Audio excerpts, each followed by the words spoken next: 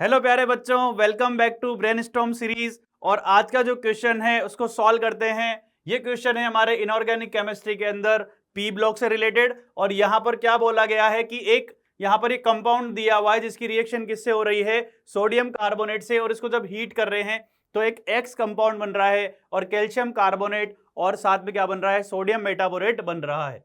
अब इस x compound के रेफरेंस में यहां पर हमें ये 4 स्टेटमेंट दिए हुए हैं और इनको हमें चेक करना है। तो वन बाय वन चेक करते हैं। पहले हम इस रिएक्शन को कंप्लीट कर लेते हैं कि रिएक्शन में प्रोडक्ट बन क्या रहा है। तो देखो यहां पर हमें दिया हुआ है Ca2B6O11। क्या दिया हुआ है? Ca2B6O11 और इसका नाम होता है कोलेमेनाइट। क्या होता है? कोलेमेनाइट। ठीक है, ये एक और होता है कोलेमेनाइट। और ये इससे हम क्या प्रोडक्ट बनाते हैं? कोलेमेनाइट को जब हीट किया जाता है, इसका फ्यूजन किया जाता है विद सोडियम कार्बोनेट, तो हमें क्या मिलता है? बोरेक्स मिलता है, दैट इज Na2B4O7.10H2O। ठीक है, तो ये जो रिएक्शन है यहां पर, ये बोरेक्स के प्रोडक्शन की रिएक्शन है, बोरेक्स की जो है बनाने की रिएक्शन है। तो इसमें क्या हो रहा है? यहां पर सोडियम कार्बोनेट के साथ में हम इसको हीट कर रहे हैं, Na2CO3। ठीक है, हीट किया, हीट करने पर क्या मिलता है? बोरेक्स मिलता है। बोरेक्स का जो फॉर्मूला होता है दैट इज Na2B4O7। ठीक है, और ये हमें क्या दिया हुआ है? एक्स दिया हुआ है। तो एक्स हमें पता लग गया क्या बन रहा है, Na2B4O7। बाकी प्रोडक्ट भी लिख लेते हैं जो दिया हुआ है रिएक्शन के अंदर, प्लस NaBO2। क्लियर है? तो एक्स हमें पता लग गया। अब एक्स के लिए हमें चेक करना है। स्टेटमेंट ए क्या बोला है? Structure of anion of crystalline x. Crystalline x यहां पर बोला गया है। ये तो है बेटा बोरेक्स, यहां पर ये क्रिस्टलाइज्ड नहीं है। अगर ये क्रिस्टलाइन फॉर्म में होगा तो इसका क्या फॉर्मूला होता है? क्रिस्टलाइन जब होता है तो इसका फॉर्मूला होता है Na2B4O7.10H2O। ठीक है, और इसको हम दूसरे तरीके से भी रिप्रेजेंट कर सकते हैं। अगर मैं इसका कॉम्प्लेक्स स्ट्रक्चर, कॉम्प्लेक्स फॉर्मूला अगर मैं बनाता हूं तो कॉम्प्लेक्स फॉर्मूला क्या हो जाएगा? Na2B4O5OH4.8H2O। ठीक है, ये इसका कॉम्प्लेक्स फॉर्मूला होता है। अब इस कॉम्प्लेक्स का जो स्ट्रक्चर है वो कैसा होता है? इस कॉम्प्लेक्स के स्ट्रक्चर को हम ड्रॉ करते हैं, उससे हमें पता लगेगा कि यहां पर क्या पूछा गया है कि बोरोन एटम जो है उनका हाइब्रिडाइजेशन हमें पूछा गया है। तो इसका स्ट्रक्चर ड्रॉ करते हैं। यहां पर स्ट्रक्चर क्या हो जाएगा, यहां पर बनाते हैं हम। तो यहां हमारे पास में बोरोन, एक बोरोन एटम, ऑक्सीजन, बोरोन। ठीक है, फिर यहां पर again oxygen, boron, then again oxygen, then boron, oxygen और बोरोन। इस तरीके से 4 बोरोन जो है उनके बीच में क्या होते हैं? यहां पर ऑक्सी लिंकेज प्रेजेंट होते हैं। अब एक बोरोन जो होगा यहां पर, इनके बीच में भी एक ऑक्सीजन प्रेजेंट होगा। जो यहां पर 4 OH ग्रुप दिए हुए हैं, ये 4 OH ग्रुप जो हैं वो चारों बोरोन एटम के ऊपर चले जाएंगे। ये चारों बोरोन एटम के ऊपर चले गए।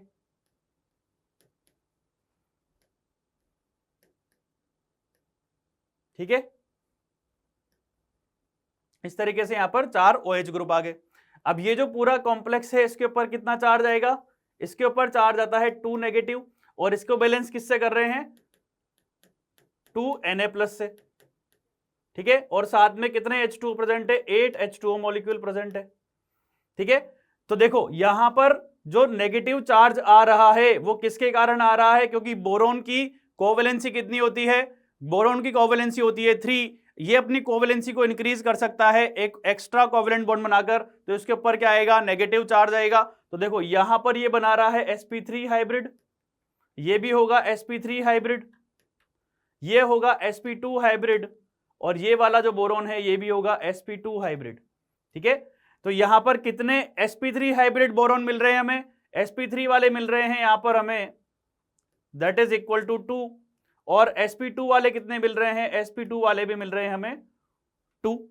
अब देखो यहां पर पढ़े, यहां पर ऑप्शन में हमें बोला गया है कि 1 boron atom is sp3 hybridized and other 3 boron atoms are sp2 hybridized. तो ये तो रॉन्ग हो गया, क्योंकि हमें स्ट्रक्चर से पता लग रहा है कि 2 बोरोन एटम जो है वो तो sp3 हाइब्रिडाइज्ड है और 2 बोरोन एटम sp2 हाइब्रिडाइज्ड है। इसका मतलब जो स्टेटमेंट ए है वो तो इनकरेक्ट हो जाएगा।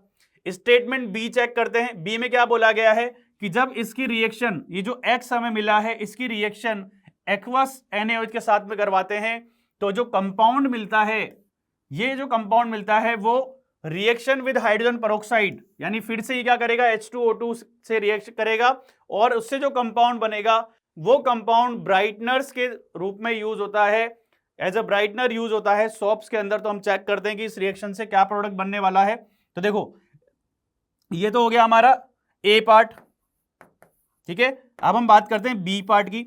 बोला गया है कि Na2B4O7, इसकी रिएक्शन जब हम एक्वस NaOH के साथ में करवाते हैं, ठीक है, एक्वस NaOH के साथ में करवाते हैं तो जो प्रोडक्ट बनता है, पहली बात तो ये बनता है NaBO2। क्या बनता है, NaBO2, और साथ में क्या बनेगा यहां पर H2O।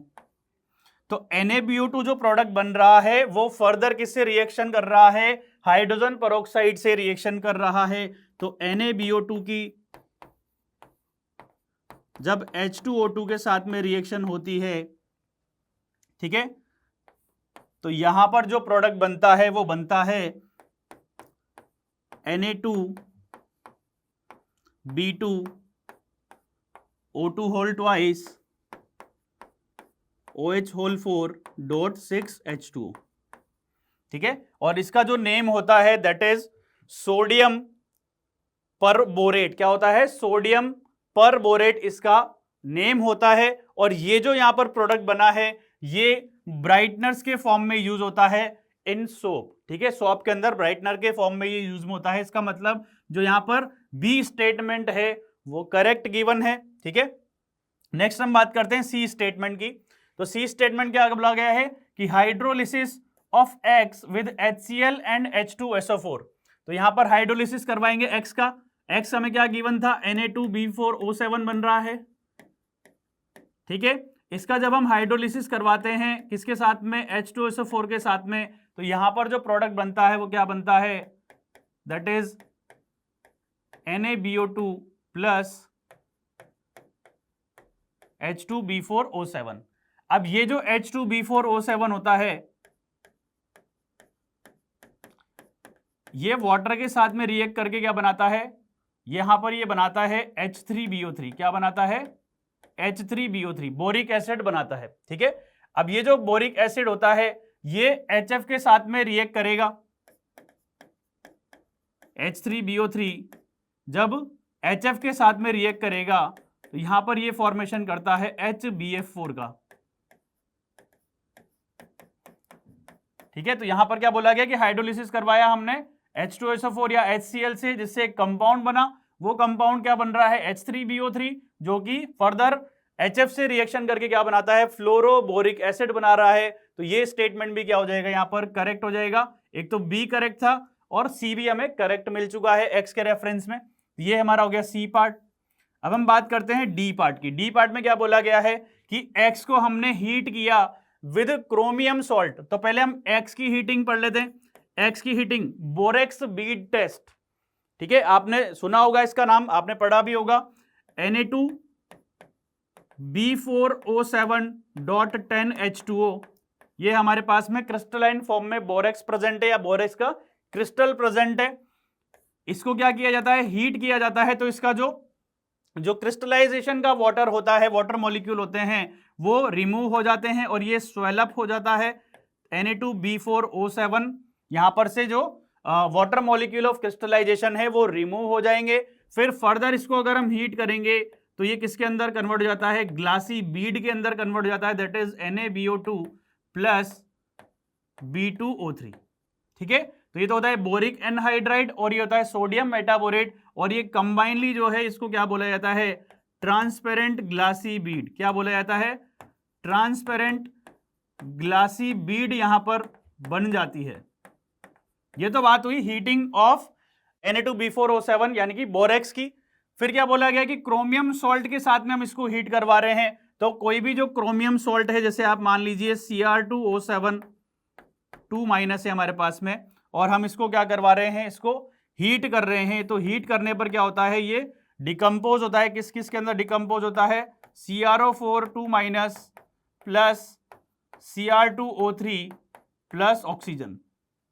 ठीक है, अब यहां पर हमें क्या मिल रहा है, ऑक्साइड मिल रहा है। ये ऑक्साइड जो होता है ये कैसा होता है नेचर के अंदर, बेसिक नेचर का होता है, क्योंकि ये किसका ऑक्साइड है, ये यहां पर मेटल का ऑक्साइड है। यहां पर क्या मिल रहा है, B2O3।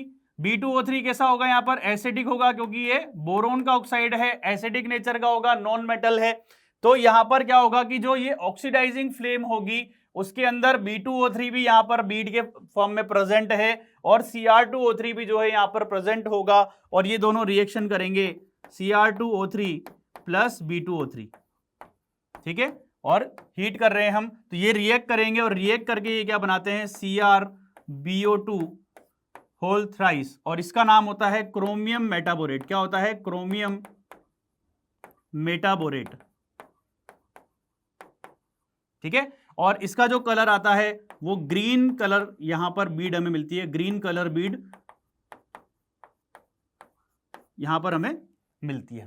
तो यहां पर स्टेटमेंट में क्या बोला गया है कि X को हमने हीट किया with chromium salt in oxidizing flame, और उससे हमें क्या मिल रहा है, ग्रीन कलर की बीड मिल रही है। इसका मतलब स्टेटमेंट डी जो है वो भी X के रेफरेंस में यहां पर करेक्ट गिवन है। तो आंसर क्या हो जाएगा इसका, बहुत ही आसान और बहुत ही अच्छा क्वेश्चन है। इसके अंदर काफी सारे कंसेप्ट यूज में आ रहे हैं, और देखिए आप आंसर क्या हो जाएगा, बी, सी एंड डी।